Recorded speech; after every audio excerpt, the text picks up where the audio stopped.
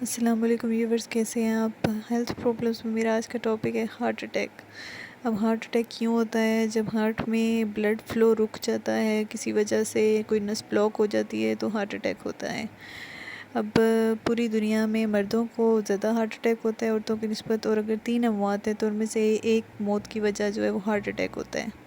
Heart attack کی وجوہات دیکھی جائیں یا کن لوگوں کو زیادہ خطرہ ہوتا ہے تو شوگر کے مریضوں کو، موٹے لوگوں کو، ہائی کولیسٹرول والے لوگوں کو، سٹریس لینے والوں کو اس کا زیادہ خطرہ ہوتا ہے۔ اس کے علاوہ بڑی عمر کے لوگوں کو اور مردوں کو، اور اس کے علاوہ موروثی یا وراثتی بیماری جن کو ہارٹ کی پہلے سے، ان میں ہارٹ اٹیک کے چانسز زیادہ ہوتے ہیں۔ اب ہارٹ اٹیک کی علامات کیا ہوتی ہیں؟ مردوں میں ہارٹ اٹیک میں زیادہ تر انہیں چکر آتے ہیں، دباؤ سینے میں محسوس ہوتا ہے، سانس پھولتا ہے، جبکہ عورتوں میں یہ ذرا ڈفرینٹ ہوتا ہے۔ اس میں عورتوں میں زیادہ تر معدے کی پرابلم جیسا فیل ہوتا ہے، یعنی کہ انہیں جیسے جلن ہو رہی ہو سینے میں اور کھانا ہضم نہ ہو رہا ایسا فیل ہوتا ہے، لیکن یہ ہارٹ اٹیک کی علامت ہو سکتی ہے۔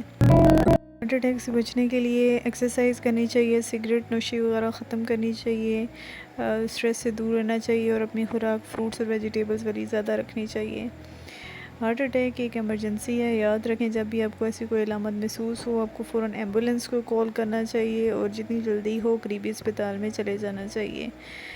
اور گھر میں کوئی مریض اگر اس طرح سے آپ کو ملتا ہے تو آپ کو فوراً اس کے سینے کے درمیان کی جگہ، ہارٹ والی جگہ کو تھوڑا دبانا ہے زور سے، اور ایمبولینس آنے تک آپ کو یہی کرنا ہے۔ جہاں تک ڈائٹ پلان ہے تو ہارٹ اٹیک کے مریضوں کو یا اس کے علاوہ دل کو صحت کے لیے آپ کو اچھا کھانا چاہیے، زیادہ فروٹس جوس استعمال کرنی چاہیے، فائبرز والی زیادہ خوراک استعمال کرنی چاہیے، اور ہیوی آئلی فوڈز کو پرہیز کرنا چاہیے، وغیرہ کا استعمال کرنا چاہیے۔ ابھی تک سننے کے لیے بہت شکریہ۔ چینل کو ضرور سبسکرائب کریں اور ویڈیوز لائک کریں اور فیڈ بیک ضرور دیجیے گا۔ اوکے، اللہ حافظ۔